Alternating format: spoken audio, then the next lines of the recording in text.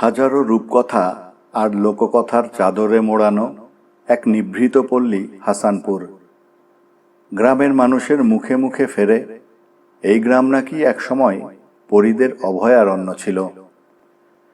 গ্রামের সীমানা পেরোলেই লোকালয় থেকে বেশ কিছুটা দূরে একটা বিশাল ছায়াসুনিবিড় প্রাচীন বাগান। দিনের বেলাতেও সেখানে সূর্যের আলো ঠিকমতো মাটিতে পৌঁছতে পারে না।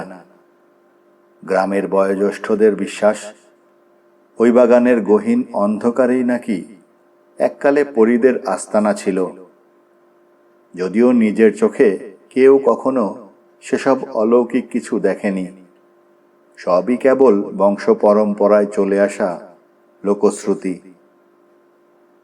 সময়ের সাথে সাথে আধুনিকতার ছোঁয়া লাগায় এখন আর কেউ পরী বা জিন ভূতের গল্পে খুব একটা বিশ্বাস করে না। ওই বাগানেও দীর্ঘদিন ধরে কোনো অদ্ভুত বা গা ছমছমে ঘটনা ঘটেনি। বাগানটা নানা জাতের গাছের এক বিশাল সাম্রাজ্য। শতাব্দীর প্রাচীন বেশ কয়েকটা বিশালাকার বটগাছ আর শেকড় বাকড় ছড়ানো আম গাছ মাথা উঁচু করে দাঁড়িয়ে আছে সেখানে। জায়গাটা কারো পৈতৃক বা ব্যক্তিগত সম্পত্তি নয়, তাই গ্রামের ছোট বড় সবাই বিনা বাধায় সেখান থেকে আম, জাম বা অন্যান্য ফলমূল পেড়ে খেত। তবে অলিখিত একটা নিয়ম সবাই মেনে চলত। কেউ কখনো ওই বাগানের কোনো গাছের ডালেও কুড়ালের কোপ বসাত না। কিন্তু নিয়মের ব্যতিক্রম ঘটল একদিন। গ্রামের অত্যন্ত প্রভাবশালী এবং কিছুটা অহংকারী ব্যক্তি নিজামুদ্দিন হঠাৎ ঘোষণা দিলেন তার নতুন বাড়ির আসবাবপত্রের জন্য অনেক কাঠের প্রয়োজন। তাই বাগানের একেবারে মাঝখানে দাঁড়িয়ে থাকা সবচেয়ে বড় এবং প্রাচীন বটগাছটা তিনি কাটবেন। লোকমুখে খবরটা ছড়িয়ে পড়তেই গ্রামের সাধারণ মানুষের মনে একটা চাপা ক্ষোভ আর অজানা আতঙ্ক দানা বেঁধে উঠল। কিন্তু নিজামুদ্দিনের ক্ষমতা আর দাপটের সামনে প্রকাশ্যে প্রতিবাদ করার সাহস কারও হলো না। পরদিন খুব ভোরে, চারপাশের কুয়াশা তখনও পুরোপুরি কাটেনি, নিজামুদ্দিনের নির্দেশ মতো শফিক আর আমিনুল বড় একটা করাত আর কুড়াল নিয়ে গাছ কাটতে গেল বাগানে। প্রাচীন সেই বটগাছের গোড়ায় দাঁড়িয়ে কেন যেন তাদের দুজনেরই বুকটা ছ্যাঁত করে উঠল। তবুও মালিকের হুকুম, তাই আমিনুল প্রথম কোপটা বসালো গাছের গায়ে। কিছুক্ষণ করাত চালানোর পরই ঘটল সেই অকল্পনীয় ঘটনা। শফিক খেয়াল করল করাতের দাঁতগুলো ভিজে উঠছে। প্রথমে ভেবেছিল গাছের কষ, কিন্তু একটু ভালো করে তাকাতেই তার রক্ত হিম হয়ে গেল। পুরো করাতটা টকটকে লাল রক্তে মাখামাখি হয়ে আছে, আর গাছের সেই কাটা অংশ থেকে ফিনকি দিয়ে বের হচ্ছে ঘন লাল রক্ত। বাতাসে ছড়িয়ে পড়ছে কাঁচা রক্তের একটা বুনো আষ্টে গন্ধ। ভয়ে দুজনেরই চোখের মনি বড় বড় হয়ে গেল। হাতের করাত মাটিতে ফেলেই প্রাণের ভয়ে ঊর্ধ্বশ্বাসে দৌড় দিল তারা। দুপুরের মাঝেই সারা গ্রামে এই গা শিউরে ওঠা খবরটা দাবানলের মতো ছড়িয়ে পড়ল। এক অদ্ভুত আতঙ্কে গোটা গ্রাম নিস্তব্ধ হয়ে গেল। ভয়ে আর কেউ বাগানের ত্রিসীমানায় পা মারাল না। সেদিন রাতের কথা। নিজের ঘরের উষ্ণ বিছানায় গভীর ঘুমে আচ্ছন্ন ছিল আমিনুল। হঠাৎ বাতাসের একটানা শোঁ শোঁ শব্দ আর কিসের যেন একটা স্যাঁতসেঁতে গন্ধে তার ঘুম ভেঙে গেল। চোখ মেলেই তার শির দাঁড়া বেয়ে বরফ শীতল একটা স্রোত নেমে গেল।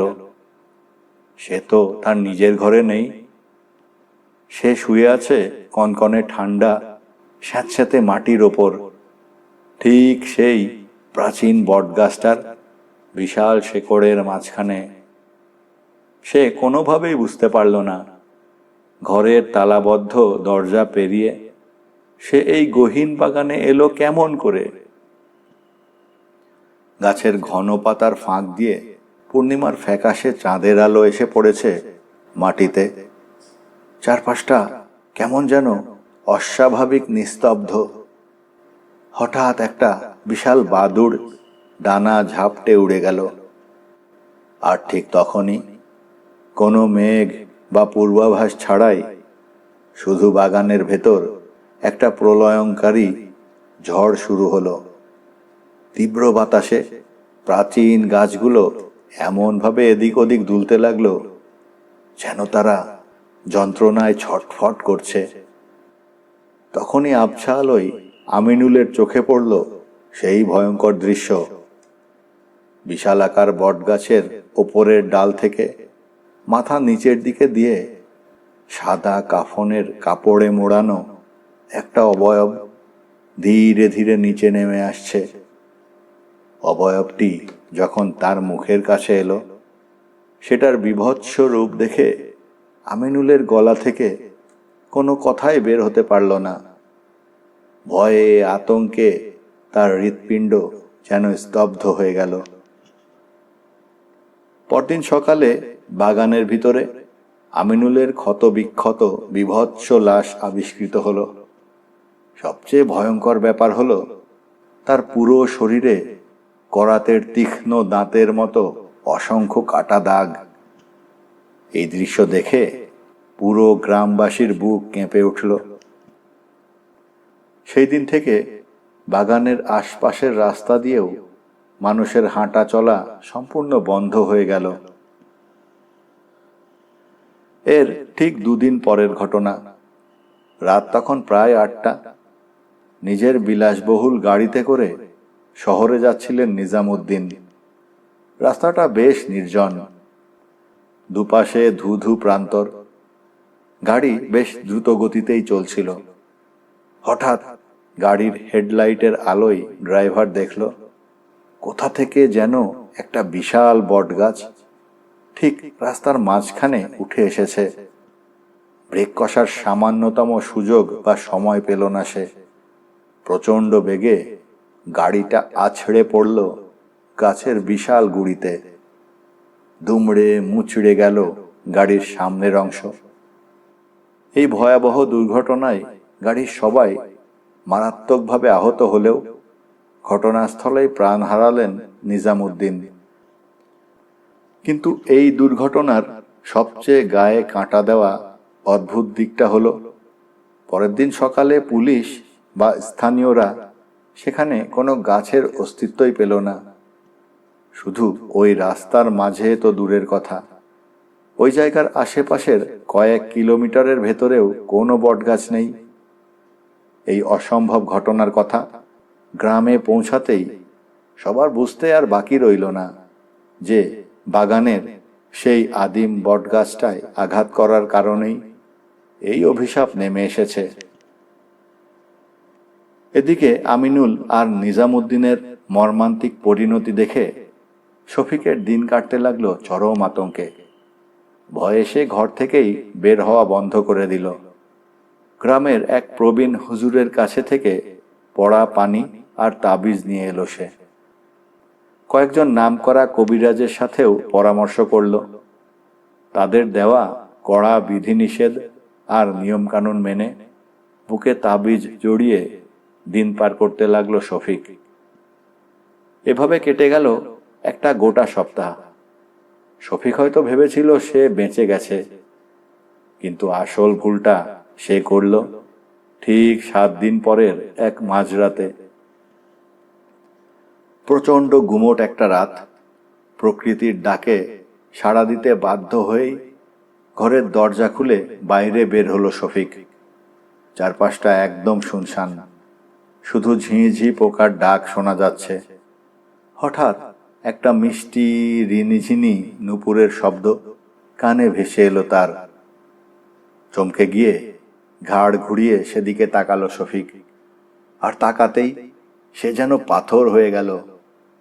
উঠোনের এক কোণে চাঁদের আলোয় দাঁড়িয়ে আছে অপরূপ সুন্দরী এক রমণী।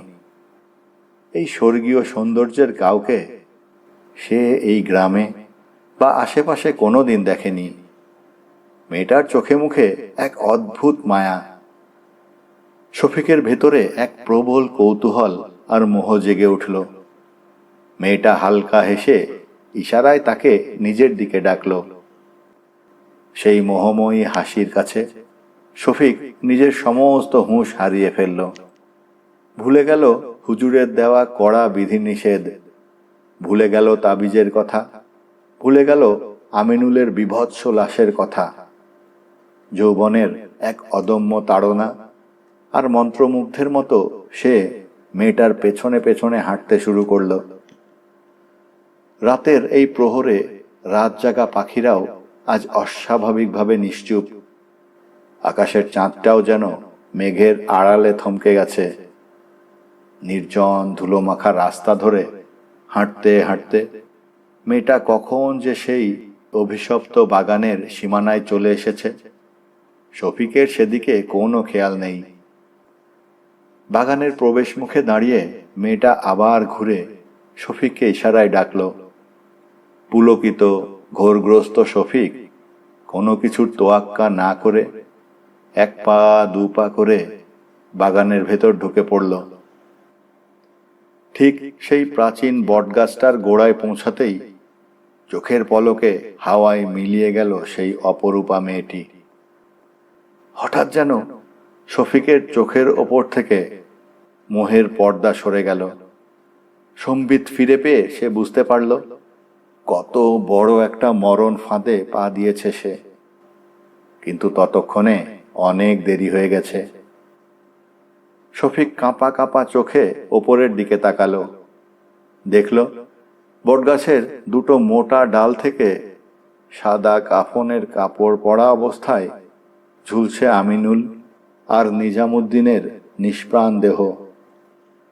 শফিকের গলা চিরে একটা আর্তনাদ বের হওয়ার আগেই বাগানে আবার সেই অস্বাভাবিক ঝড় শুরু হলো। বিশাল গাছগুলো তীব্র বাতাসে এলোমেলোভাবে দুলতে লাগলো, যেন তারা উল্লাস করছে। আবছা অন্ধকারে শফিক দেখতে পেল বটগাছের সবচেয়ে উঁচু ডাল থেকে সাদা কাপড়ে মোড়ানো সেই একই ভয়ঙ্কর অবয়ব ধীরে ধীরে তার দিকেই নেমে আসছে। পরদিন সকালে গ্রামবাসী দেখল শফিকের নিথর দেহটাও সেই অভিশপ্ত বটগাছের ডালে ঝুলছে। এই ঘটনার পর থেকে হাসানপুর গ্রামের কেউ ওই বাগানের কোনো গাছে হাত দেওয়া তো দূরের কথা, ভুল করেও একটা পাতাও আর ছিঁড়তে যায়নি। বাগানটা ধীরে ধীরে আরো বুনো আর গহীন হয়ে উঠেছে। এরপর থেকে আর কোনো অদ্ভুত বা ভয়ঙ্কর ঘটনা সেখানে ঘটেনি ঠিকই, তবে ওই অরণ্যের বুক চিরে যে নীরবতা বিরাজ করে তা গ্রামের প্রতিটি মানুষের মনে চিরস্থায়ী এক আতঙ্কের ছায়া ফেলে রেখেছে।